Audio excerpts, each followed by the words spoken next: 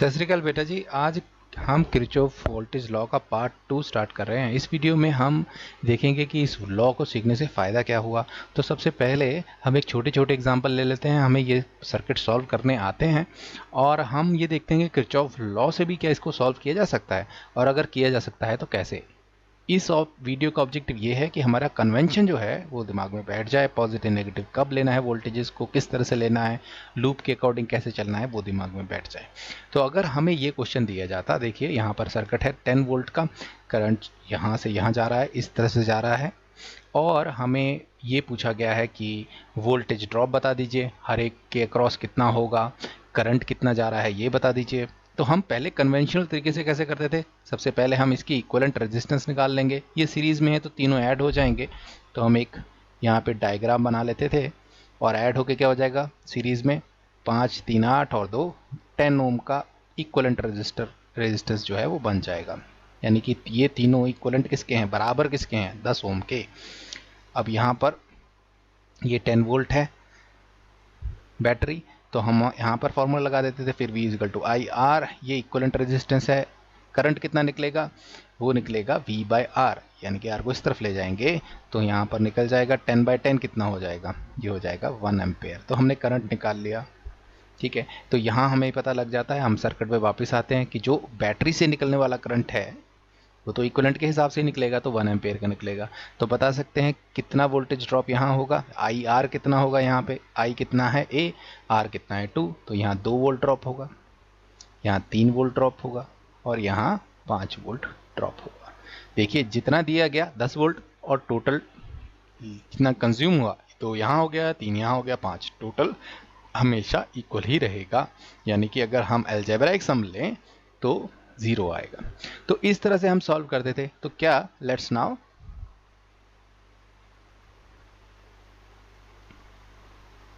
Bye Kirchhoff's law हम इस question को किरचॉफ लॉ से सॉल्व करते हैं। पेन दूसरा ले लेता हूं। इसमें हमें इक्विवेलेंट रेजिस्टेंस निकालने की ज़रूरत नहीं है, दोबारा से ड्रॉ कर लेते हैं इसी सम को। 2 ओम,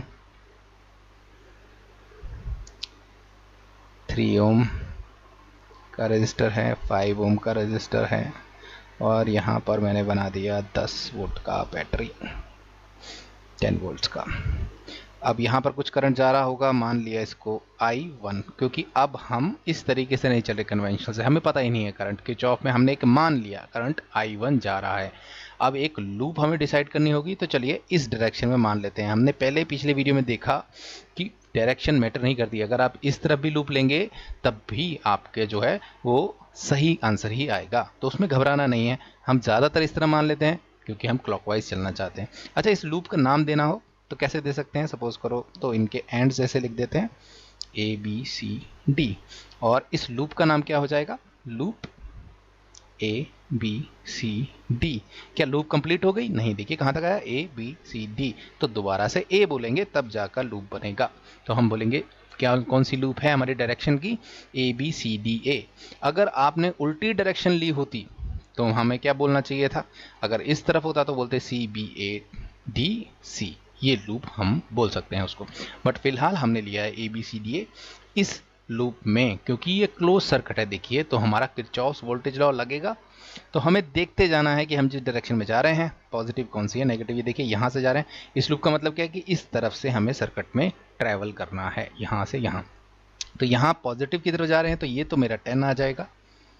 10 वोल्टेज लिखने की ज़रूरत नहीं है, 10 लिख रहे हैं, सिर्फ पॉजिटिव की तरफ जा रहे हैं। अब बताइए किस तरफ जा रहे हैं हम, ये अगर I है या I1 है, जो भी मान लीजिए, तो अगर हम यहाँ जा रहे हैं तो हम लोअर पोटेंशियल की तरफ जाएंगे, ये हम पिछले वीडियो में समझ चुके हैं। तो लोअर पोटेंशियल में जा रहे हैं तो आप माइनस साइन लगाएंगे, और I1 माना हुआ है इसको, I1 इंटू 2, जैसे IR करके ही वोल्टेज ड्रॉप निकलता है। फिर क्या होगा, यहाँ भी ये डायरेक्शन, करंट और कहीं जा नहीं सकता, इसी डायरेक्शन में जाना है, तो लोअर पोटेंशियल ही मिलते जाएगा आपको आगे से आगे। यहाँ पर हो जाएगा I1 into 3 minus I1 into 5 is equal to 0। ये लगा दिया मैंने किरचॉफ का वोल्टेज लॉ। अब देखिए 10 को इस साइड रहने देते हैं, बाकी सब चीज़ों को उधर ले जाते हैं, इक्वेशन में यूज़ कर सकते हैं, माइनस सब पॉजिटिव हो जाएगा। तो यहाँ आ जाएगा 2I1 थोड़ा सा रीअरेंज कर दिया, आई आर की जगह नहीं आर आई लिख दिया,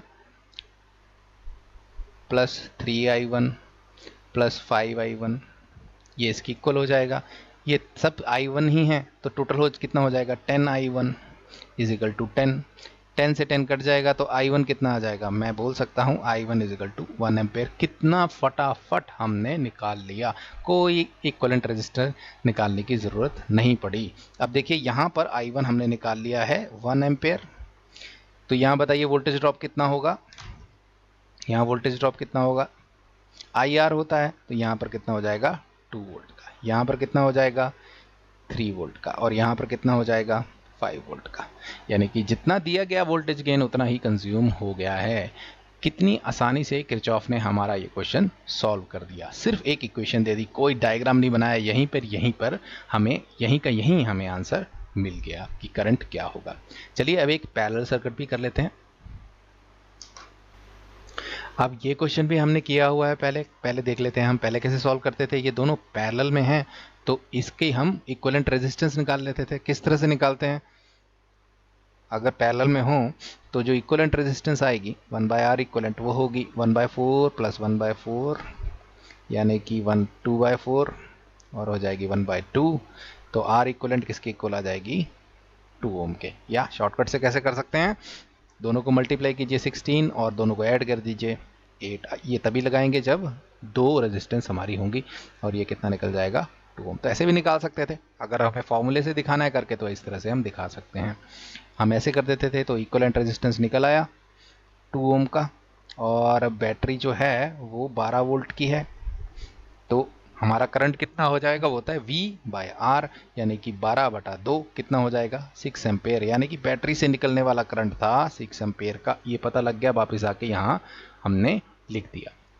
अब यहाँ कितना जाएगा देखना पड़ेगा, हमारा करंट यहाँ पे डिफरेंट हो जाएगा, पर हमें क्या क्या चीज़ें पता है, यहाँ पर पता है कि इसको भी 12 वोल्ट मिल रहा है, इसको भी 12 वोल्ट मिल रहा है और इसको भी 12 वोल्ट मिल रहा है, दोनों को 12 वोल्ट मिल रहा है। तो ये देखिए यहाँ पर कितना करंट हो गया हमारा 12 वोल्ट डिवाइडेड बाय आर, अगर हम कर देंगे तो आई मिल जाएगा, क्योंकि एक ही फॉर्मूला चल रहा है V is equal to I are.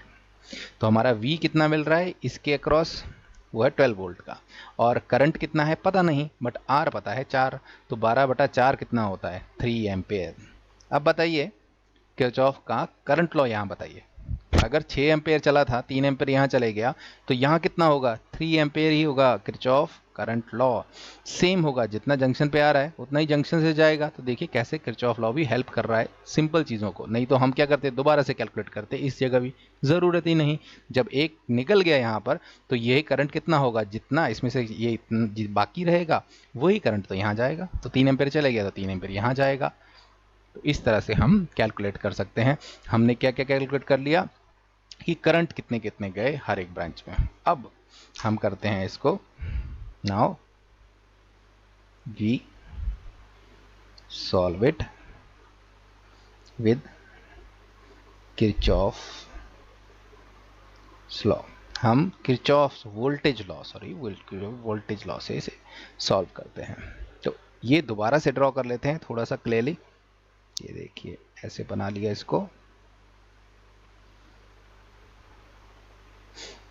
4 ओम का बैटरी है, 4 ओम का बैटरी, सॉरी 4 ओम का रेजिस्टेंस यहाँ पर है, 4 ओम का रेजिस्टेंस यहाँ पर है, और बैटरी लगा हुआ है, हमें मिल रहा है पावर कितने का 12 वोल्ट का। अब किरचॉफ में हमें करंट पता नहीं रहता तो मान लेते हैं, सपोज कीजिए ये I1 हो, ये I2 हो और ये I3 हो,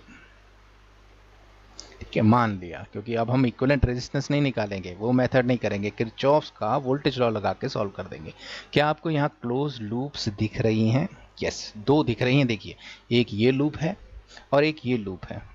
तो कोई भी पहले अटेंड कर सकते हैं, कोई भी डायरेक्शन ले सकते हैं, तो मैंने ये डायरेक्शन ले ली, सपोज कीजिए पहले चलिए इस तरफ चलते हैं ऐसे, यानी कि यहाँ से ऐसे जाने की कोशिश कीजिए, फिर वापस यहाँ आ जाइए। तो इस लूप में अगर आपको अच्छे से लिखना है तो हर एक का नाम दे सकते हैं। तो इस लूप का loop A B C D A, मैंने इस डायरेक्शन में जा रहा हूं क्योंकि मैंने डायरेक्शन ये रखी है तो मैंने ये लिख दिया, for loop ABCDA Kirchhoff voltage law कैसे लगाएंगे। देखिए पॉजिटिव तरफ जा रहे हैं, यस पॉजिटिव, 12 पॉजिटिव लिख देता हूँ। यहाँ पर एक ही है रेजिस्टेंस और करंट की दिशा में ही जा रहे हैं, तो आप नेगेटिव पोटेंशियल की तरफ ही जा रहे होंगे, तो माइनस करंट का नाम क्या है, I2 दिया हुआ है, कुछ भी दे सकते हैं नाम, यहाँ कई लोग XYZ भी दे देते हैं, तो वो कोई फर्क नहीं पड़ता, ये तो जेनरिक नाम है। I2 into 4 is equal to 0। ये किरचॉफ वोल्टेज लॉ लगाया मैंने कौन सी लूप पे, ABCDA में, तो यहाँ निकाल सकता हूँ 12 इज इक्वल टू 4I2, 4 3 12 होता है, तो I2 जो होगा वो 3 एम्पेयर का हो जाएगा। पहली चीज़ देखिए कितनी आसानी से I2 मैंने निकाल लिया 3 एम्पेयर। चलिए अब देखते हैं और भी कोई लूप है, यस ये लूप है, तो चलिए इसमें भी इस डायरेक्शन में चलते हैं। याद रखिए अगर मैं इस लूप में इस डायरेक्शन में भी चला होता तब भी मुझे आंसर ठीक ही मिलेगा, बट कन्वेंशनली ज़्यादातर इसी डायरेक्शन में चलते हैं क्योंकि ये क्लॉकवाइज डायरेक्शन है। अब देखिए इस लूप में, इस लूप का नाम क्या दूँ, BC तो नाम दिया हुआ है, DE इसको बोल देते हैं। अब मैं बोलूँगा for loop BDECD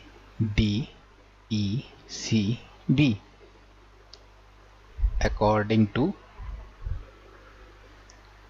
Kirchhoff's voltage law. इस लूप के लिए क्या होगा, हम यहां से गए, हम क्या जा रहे हैं, हायर पोटेंशियल की तरफ जा रहे हैं। ये देखिए हायर पोटेंशियल की तरफ जा रहे हैं क्योंकि करंट की उल्टी दिशा में जा रहे हैं, तो पॉजिटिव वैल्यू आएगी, और वैल्यू क्या है, I2 इंटू 4।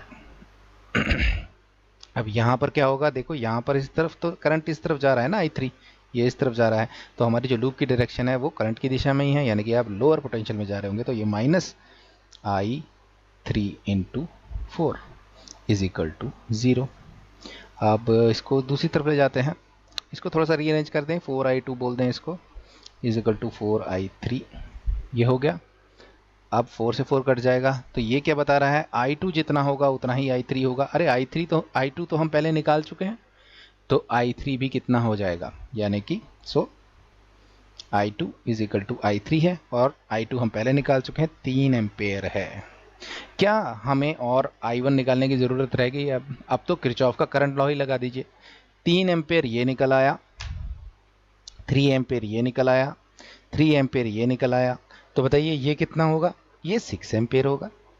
आ कहाँ से होगा, जितना जा रहा होगा जंक्शन से, ये जंक्शन हो गया हमारा B जंक्शन, तो जितना जा रहा होगा जंक्शन से उतना ही तो वहाँ पर आ रहा होगा, तो इसलिए 6 एम्पेयर आया है और 3 एम्पेयर यहाँ चले गया है।